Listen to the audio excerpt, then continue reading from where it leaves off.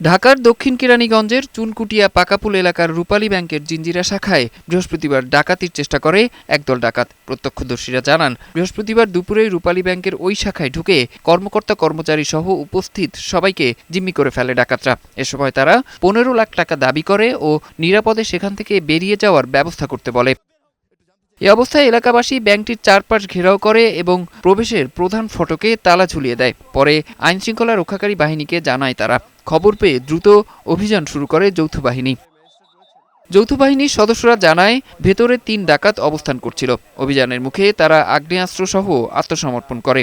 এই কাণ্ডে আর কেউ জড়িত কিনা তা জানতে জিজ্ঞাসাবাদ করা হচ্ছে। 3 জন ডাকাত আত্মসমর্পণ করে আমাদের গাড়িতে উঠে আমাদের নেগোসিয়েশনের ফলে এই নাটকের অবসান ঘটেছে। ডাকাতদের হাতে জিম্মি হওয়া সবাই ভালো আছে বলেও জানিয়েছে আইনশৃঙ্খলা রক্ষাকারী বাহিনী। অরিফুল ইসলাম, বৈশাখী সংবাদ।